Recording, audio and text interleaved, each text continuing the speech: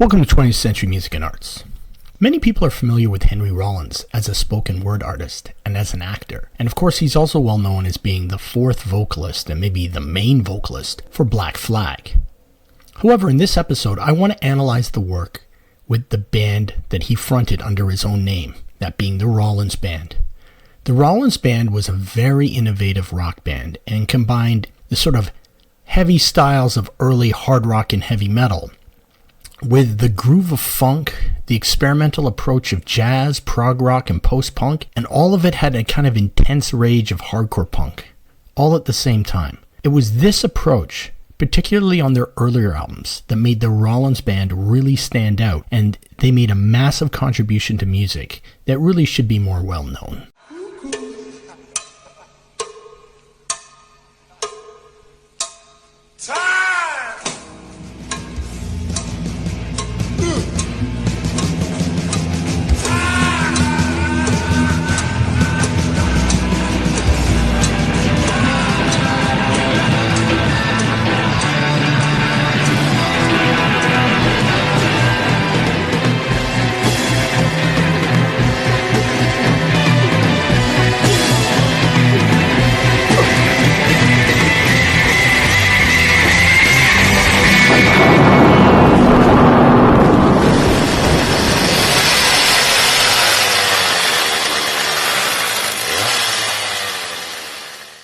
So how can I express myself 100% honestly with just unadulterated honesty and straightforward expression?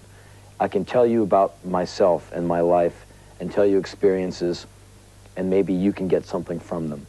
That's all I can do. I do not endeavor to write songs about clubbing seals. I've never clubbed one. I've never seen one clubbed. I can't do a song about women's rights. I'm not a woman.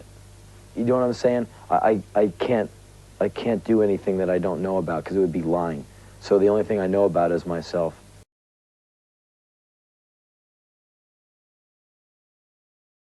In August 1986, Henry Rollins received a call from the founder and leader of Black Flag, guitarist Greg Ginn. Ginn stated he was quitting the band that he had in fact founded in 1978. Rollins kind of pointed out that, hey, it's your band, so how can you quit it? But Rollins knew at this point that it was over. Rollins also reflected that it was a good time to quit as the members were not really speaking to each other, and the band had kind of reached the zenith of its progression musically. The band had gone from being one of the pioneers of hardcore punk to eventually creating music that had, was like a combination of slow, Black Sabbath-sounding sludge, but also had riffs inspired by the Mavanusha Orchestra, and they were willing to play like dissonant, free jazz-inspired instrumentals. Now, this eclectic approach, it simultaneously angered the very narrow-minded hardcore punk fans, but it also inspired very open-minded people, including members of future bands like the Melvins and Nirvana. It would be this sound of the later era Black Flag, this would be the foundation that the Rollins Band would build themselves on. Since joining Black Flag in 1981, Rollins had been touring relentlessly with the band, and it had become a lifestyle that he could not do without. When his friend Chris Haskett was visiting Washington, D.C., where Rollins was there visiting family and friends, they got to talking. Haskett had been a veteran of the D.C. hardcore scene as well, and he had been a member of the band The Enzyme, a band that combined punk rock with all kinds of interesting mix of music like Sun Ra, the Art Ensemble of Chicago, and Captain Beefheart. Now, he was now studying philosophy in Leeds, England, and soon they got together a group with guys like Bernie Wandell on bass and Mick Green on drums. They were all in Leeds, England in October 1986, and they recorded enough material for a full-length album and an EP. The album was called Hot Animal Machine.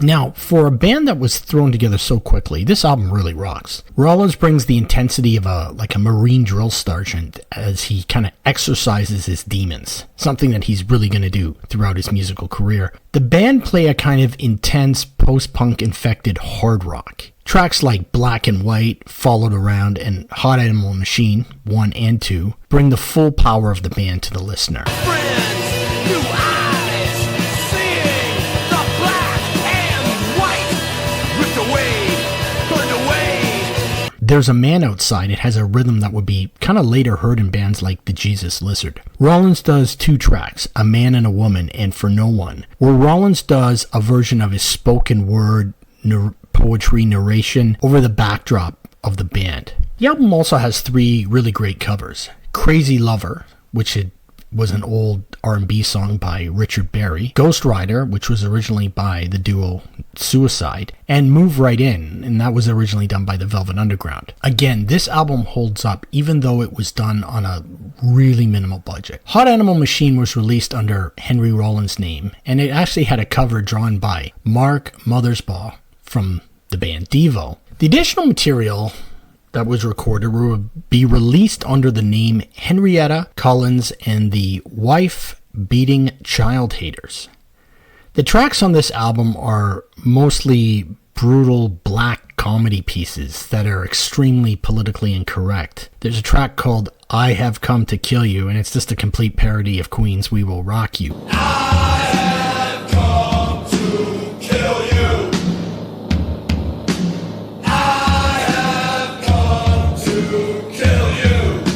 Most of the material here would be more in line with the spoken word performances that Rollins was becoming more well known for, though the EP does include a great cover of Ex-Lion Tamer, a song originally done by the band Wire. These 2 releases were put out in 1987 by the small independent record label Texas Hotel Records, based out of California. They would release the next few Rollins Band's albums. These 2 albums show that Rollins was trying to figure out what he wanted to do musically. He wanted to tour for the album, so he actually needed to bring in a new rhythm section, as Wandell and Green just kind of showed up for the studio work. They didn't really want to tour, so he brought in the ultimate rhythm section of Andrew Weiss and Sim Cain. Andrew Weiss and Sim Cain had started playing together in bands in high school in Trenton, New Jersey. Weiss played bass and Cain played drums. They formed an instrumental trio that brought a noisy post-punk approach to kind of a jazz fusion. William Tucker would be on guitar. Tucker would later play with Ministry, My Life with the Thrill Kill Cult, and Pigface, among others. Tucker unfortunately would kill himself in 1999. Regressive Aid was a very unique band. They were adjacent to the punk scene, but it's very much rooted in kind of a jazz fusion. They would release an EP, Why Settle for Less When You Can Regress, in 1981, and an LP, Effects on Exposed People, released in 1983. In fact, they were characters in the Matt Howarth comic, The Anti-Chair. The name of the comic was actually taken from a Regressive Aid song. They added a singer called Boy White and changed the name of the band to Scornflakes. There was still chaos and dissonance, but the music was structured in more of a punk rock sound. They had a live album that was released in 1986 called Scorn in the USA.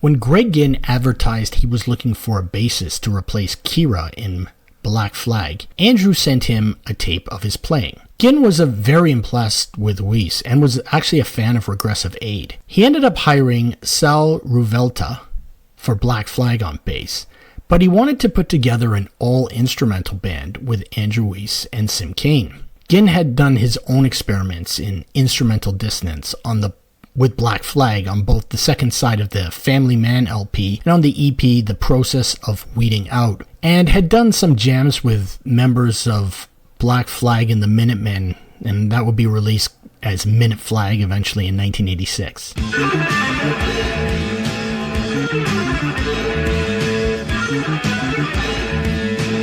But the group he formed with Weiss and Cain was called Gone. They recorded their first album in 1985. Let's Get Real Gone for a Change, of course on SST Records. The band would be a realization of what Ginn was trying to accomplish with his early instrumental work. Over the intense, complex rhythm section, Ginn plays complex, noisy, dissonant guitar, very much influenced by John McLaughlin's guitar work in the Mavanusha Orchestra. The band would be openers for the Black Flag tour in 1986. That was for the album In My Head. The band Gone would start the show, another band, Painted Willie, would play, and then Black Flag would be headlining. That means Ginn would be playing 2 sets a night, but Ginn would also often book day shows in record stores to introduce Gone to the public. Gone was becoming a tight unit, and after the tours, Ginn broke up Black Flag and stated he wanted to concentrate on Gone. They would release a second album, Gone 2, but never 2 Gone, in 1986. But then Ginn decided to break up Gone by the end of the year. So Weiss and Kane found themselves without a band and were glad to get a call from Rollins in early 1987.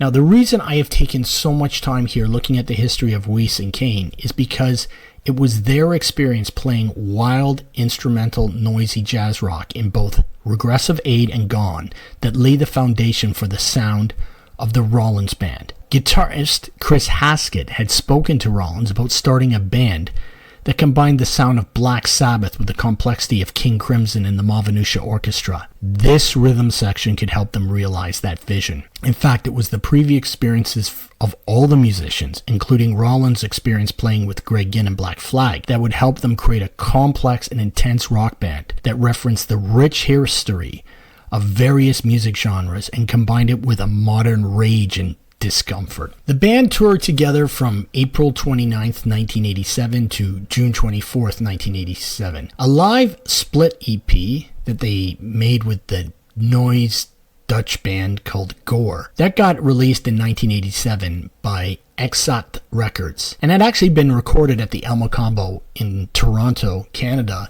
in May 1987. They would head back to Leeds again to record their debut album as the Rollins Band, and the album was called Lifetime. Rollins asked his childhood friend Ian Mackay, of Minor Threat and Fugazi fame, to produce the album. Now, on this album, Rollins wears his emotions on his sleeve and unleashes all the anger, frustration, and insecurity stuck inside of him, and he just rails against inauthenticity and phoniness. He deals with the subject of suicide directly in an extremely uncomfortable way. Rollins starts out the album just screaming in rage before going into the opening track, Burn Beyond Recognition. The band plays this post-punk infected riff rock that also has a serious groove to it. I like you, but I don't like you.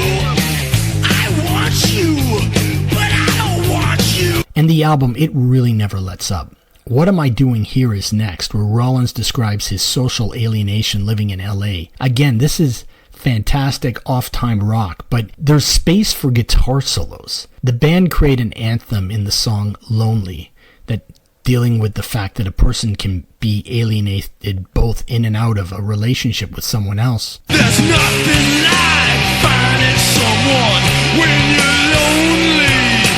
Makes you wanna be so all alone. There is the track Wreckage, where Rollins describes terrible situations that people he knows have gotten into with drug addiction and suicide attempts. Then there is the descriptive, slow and brutal Gun and Mouth Blues, where Rollins narrates a situation where a person is in the throes of possibly committing suicide, and he describes all the emotional chaos the person is going through at the time. The song crescendos into this pure emotional cacophony.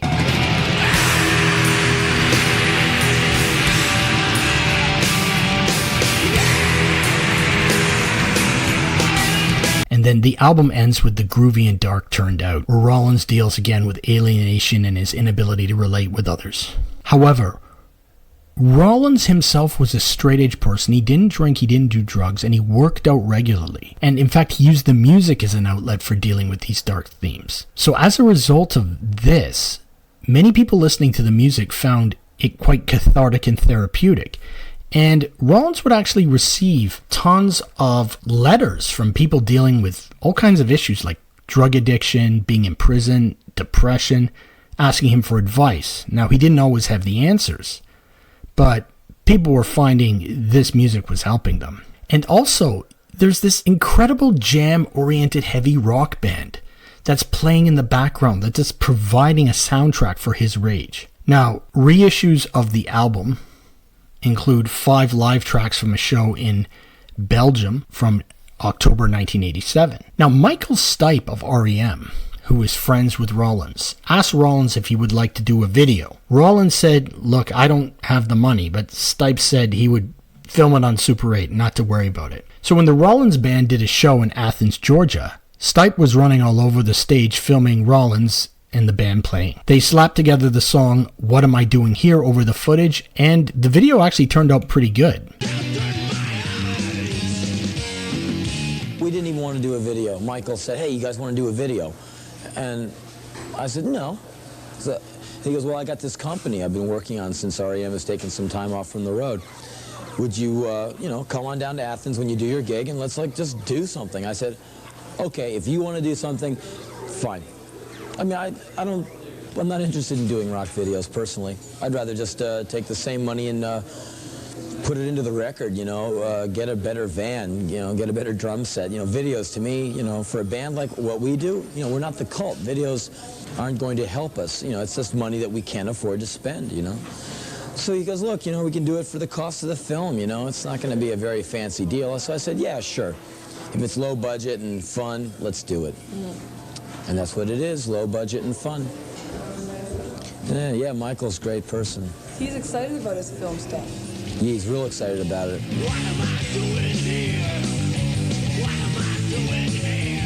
Now, the band was on a Relentless tour schedule, and they actually toured right from September 1987 all the way to February 1989, touring both Europe and North America. Soundman and Dutch native Theo van Rock was considered to have played such an essential role that he started being credited as a member of the band. Now, Rollins would play a very physical set, and he would wear only a pair of shorts live, as he had done in Black Flag. Regardless of how many or how few people showed up, the band would play a relentless, high-energy show. They also recorded 3 cover songs in the studio in 1988. The first of these was a song Rollins would become famous for, Do It. The original song had been done by the British rock band The Pink Fairies in 1971. Rollins covers the song, but he puts it on steroids. Well, don't think about it. Well, all you gotta do is do it. Well, don't think about it. Do it. The other songs are another cover version, actually, of Move Right In by the Velvet Underground, which is absolutely funky in parts and even has a riff section that sounds like Iron Butterflies in Agata Davida.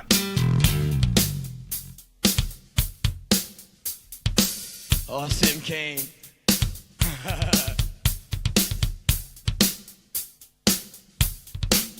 Anytime, Sim Kane.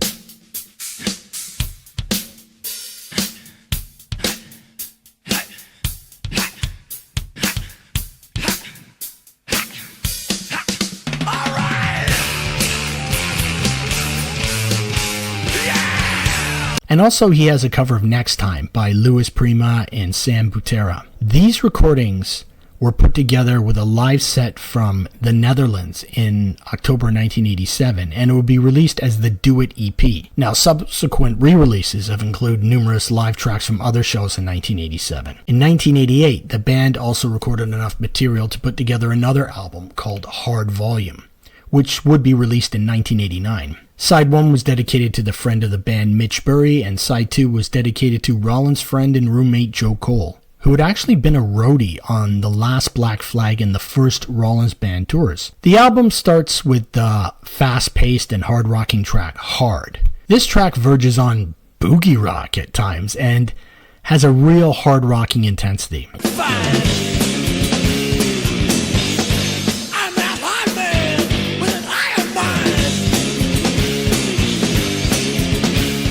What Have I Got follows with an amazing kind of call and response from the band. Rollins says that he is the clenched fist looking for the wall to kiss. Intensity kicks up in I Feel Like This.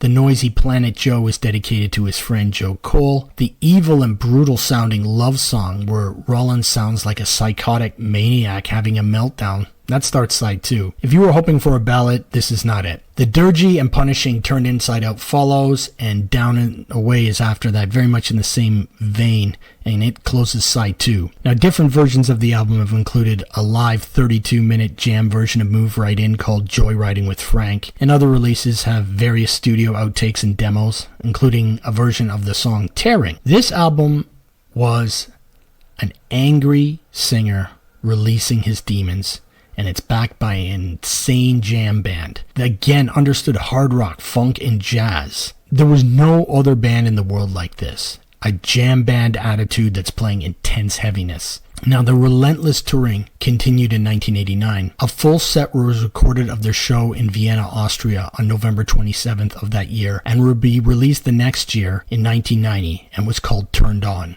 This album shows the band at the full height of their powers.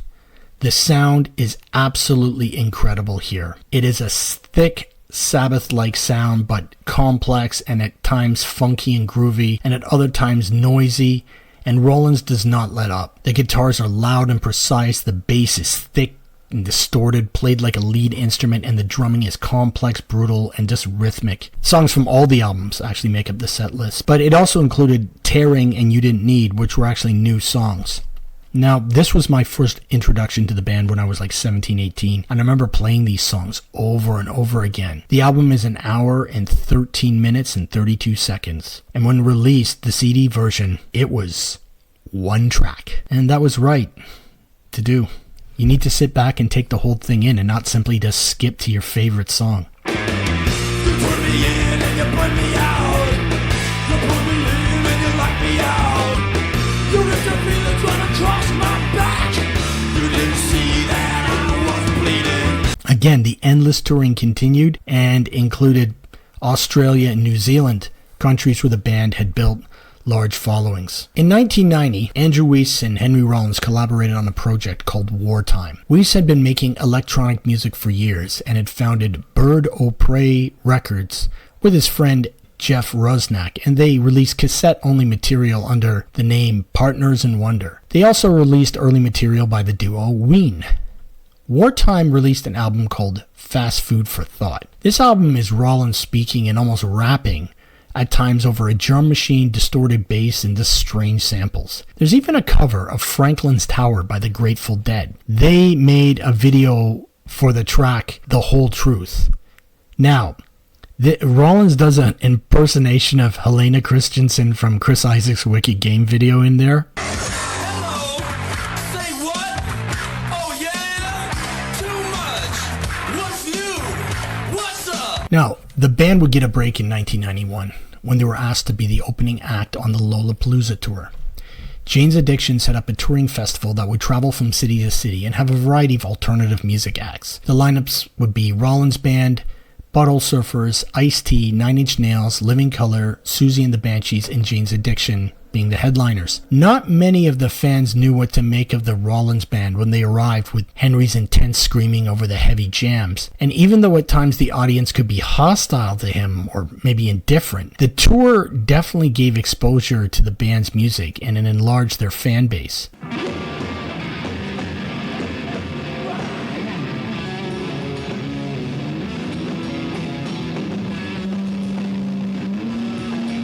Now, with the rise of Nirvana in the fall of 1991 and Henry Rollins becoming more well-known due to his media appearances and his spoken word performances and a little bit of acting here and there, the band were on the verge of gaining real success. They signed a deal with Imago Records and went into the studio to record the material for their next album in October 1991. I will talk about that album in the next episode.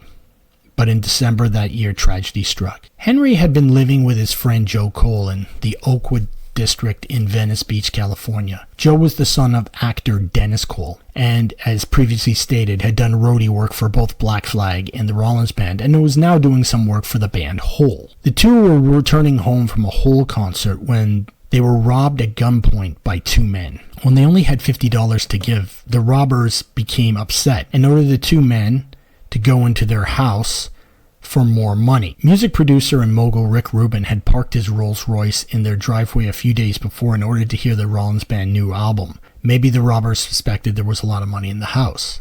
Joe Cole was still lying down at gunpoint, and Rollins was allowed to get up and go into the home. Suddenly there's a loud bang. The robbers had shot Cole point blank in the face and killed him instantly. Rollins took off through the house and out the back door. The robbers themselves left, and they've never been caught. Cole was given recognition not only by the Rollins Band on the next album, but also by Hole and Sonic Youth. Cole's father, Dennis, became an activist against violence on television. Cole's murder was actually featured on the TV show Unsolved Mysteries, but again, to this day, the murder has not been solved. Rollins moved out of the house, but he kept some of the dirt from the front yard where Cole's blood had spilled on it. He kept it in a jar so he could always be close to his friend. Despite the horrific tragedy, Rollins would continue on. In the next episode, we're going to see what happens when the Rollins Band enters the mainstreams and the various lineup changes that happen. Thank you for listening to 20th Century Music and Arts. Please like, share, subscribe, and or comment. Let me know, how do you feel about the Rollins Band?